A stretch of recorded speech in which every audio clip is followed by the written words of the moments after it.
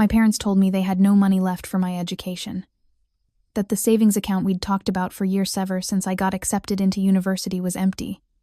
They said times were tough, that Dad's hours had been cut, that Mom's freelance work was drying up. They asked me to be understanding. I was. I cried a little in the car, but I said, okay, I'll take a semester off. I'll work. I'll save. I'll figure it out. Because I've always been the one who figures it out.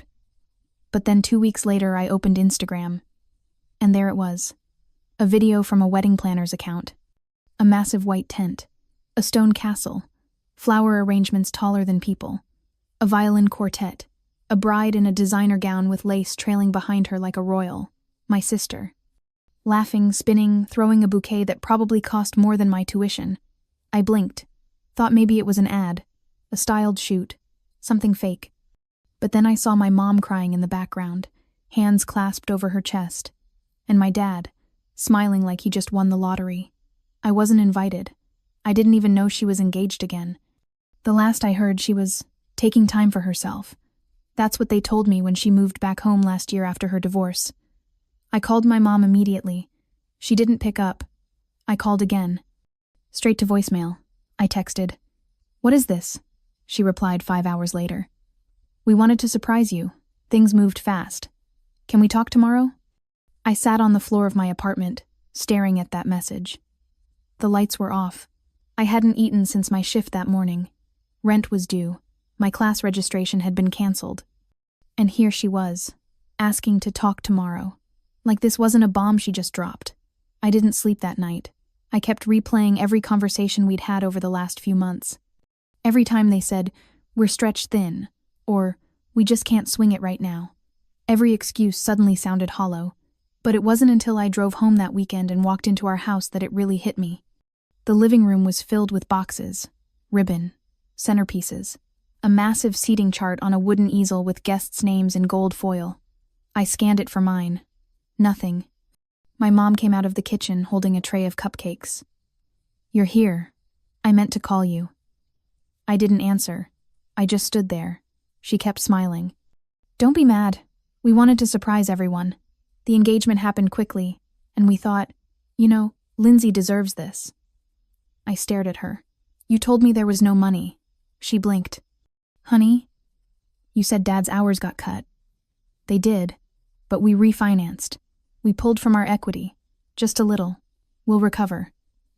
"So you could throw her a castle wedding? While I dropped out?" "You didn't drop out," she said. "You're taking a pause. It's different." I felt my throat tighten. "You promised. You said school came first." Her voice softened, like I was a child having a tantrum. "This is important too. Lindsay had a rough year. We wanted to give her something beautiful." "She already had a wedding," I snapped. "She already had a shot." My mom's expression changed. Cold. "And she's still our daughter." That was the moment I realized. I wasn't, not in the same way. Not in the way that gets castles and violins and seating charts. I was the daughter who didn't ask for much. Who worked 2 jobs and smiled through stress and said, "It's okay," every time they let something slip. I was the daughter who didn't scream, who didn't make scenes, so they gave her everything, and told me I'd understand. That night, I sat in my childhood bedroom now filled with wedding supply overflow, and I saw something that made my stomach twist. On the desk was a binder labeled, "Lindsay's Dream Day." Inside, mood boards, budgets, vendor contacts, a line that read, "Total projected cost, $58,200. My college balance, $14,000. That was all I needed to stay, to finish, to graduate. And it had been right there. In their hands. They just chose her instead. I didn't say anything to them that night. I packed my bag in silence and left before sunrise. My mom sent me a text an hour later. "Sorry we made you feel left out. Can we start over after the honeymoon?" Like it was a misunderstanding. Like forgetting your kid's entire future was something that could be cleared up over coffee. I didn't answer. I went back to my apartment and stared at the cracked ceiling for 3 days. I couldn't eat, couldn't think. Every time I tried to open my laptop and reapply for classes, my fingers froze. What was the point? What kind of future could I build when the people who raised me didn't even think I deserved one? That weekend, I worked a double shift at the diner. I burned my hand twice, spilled water on a customer's purse. One of the cooks asked if I was okay, and I laughed. Too loud, too empty. That night, while scrolling my phone half asleep, I saw a tag notification, my sister, posting from her honeymoon. A photo of her lounging on a private beach. Caption, "Hard work pays off." I dropped the phone, stared at the ceiling again, and I swear for the first time in my life I didn't feel sad. I felt rage, not loud, explosive rage. Number, the quiet kind, the cold kind, the kind that settles in your chest like a stone and refuses to melt. I started thinking about everything they'd ever said to me. All those years growing up, how they used to call me the stable one, how they'd lean on me to calm her down when she had a meltdown, how I always had to be the one to compromise. Your sister's just more sensitive. She's going through a phase. Can you just let it go? Be the bigger person? I was never the center, just the cushion, the emotional shock absorber of the family. And the worst part? I played along. I thought being low maintenance made me lovable, that being quiet and dependable would earn me something in the end. Turns out it just made me easier to ignore. A few days later, I got a letter from the university. Not an email, a real envelope. I almost threw it away, thinking it was another late notice, but it was something else. A letter from the scholarship committee. Apparently, one of my professors had submitted my name for a hardship grant. He knew my situation. He'd heard from another student that I dropped out. I didn't even realize he'd noticed. The letter said I'd been awarded $7,000 toward tuition if I chose to re-enroll within the semester. I stared at that number for a long time. Half of what I needed. Not enough to finish, but something. A spark. I went into my email and found that professor's contact. I wrote him a message, told him I didn't think anyone saw me anymore, that I'd almost given up. He replied in 2 hours. Sometimes being overlooked means you're underestimated. Use that. That night, I applied for 3 more scholarships, a night shift job, and a microloan. I didn't tell anyone. Not my friends. Not even my roommate. I kept it quiet, like a secret garden growing under concrete. But just as I started to believe maybe I could make it work, something happened. My mom showed up, unannounced, at my apartment, holding a Tupperware of lasagna and acting like nothing was wrong. "We were in the neighborhood," she said. "Thought we'd check in." I let her in. Out of politeness. Or weakness. Maybe both.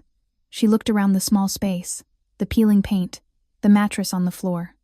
"You know," she said, "you could always move back home." I didn't answer. She placed the food on the counter and then she pulled out a white envelope from her purse.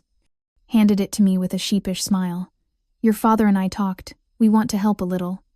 Inside was a check. A $5,000. My throat tightened. I almost handed it back. Almost ripped it up.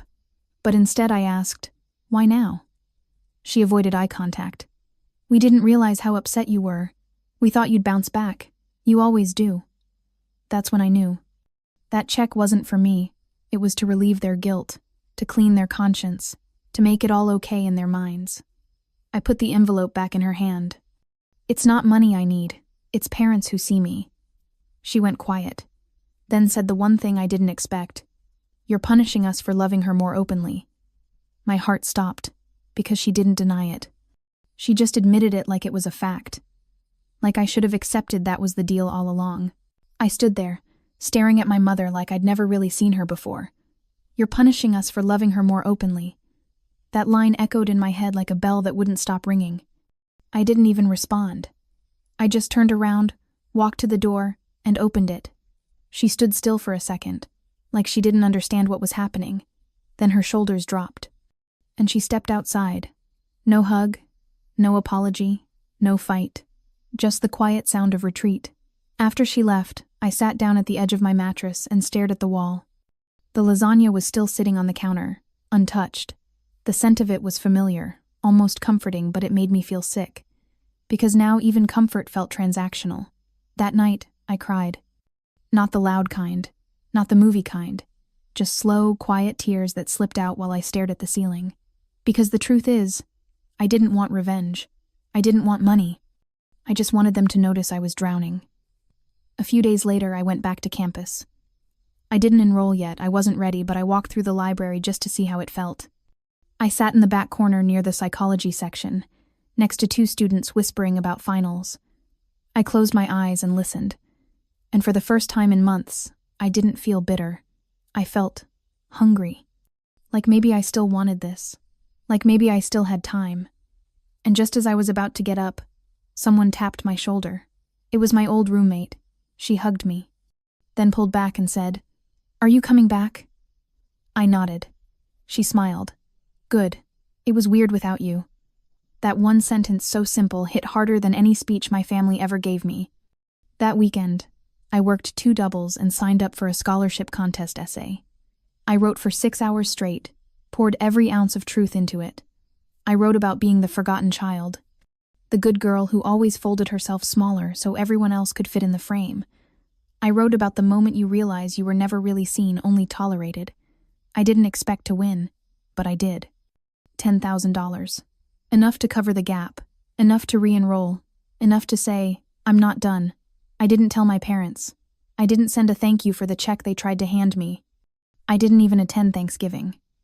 But 2 weeks before classes started again, I got a letter in the mail, handwritten, from my dad, 3 pages. Most of it was him trying to explain himself. "You were always so independent. We didn't think you needed us the same way Lindsay did." That line gutted me, because it was true. I had been so busy being strong that they forgot I could break. But at the end of the letter, he wrote something that made me freeze. He said, "We gave her a wedding, but we never gave you the tools to build your own life. And I don't know if you'll ever forgive us, but I hope someday you let us try." I folded the letter and put it in a drawer. I didn't respond. Not yet. Because sometimes silence says more than any speech ever could. The first day back at school, I wore a plain black hoodie and brought the same $30 backpack I'd used since freshman year. No one knew what I'd been through. No one asked. But I felt this quiet strength in my chest. Like I had finally chosen myself. Like I had finally become the person I kept waiting for my parents to help me become. A month later, I heard from my cousin that my sister was pregnant. That she'd moved into a new house. That my parents helped with the down payment. And you know what? I didn't flinch. I didn't rage. I didn't cry. I just smiled. Because that was their story. And I had finally started writing mine.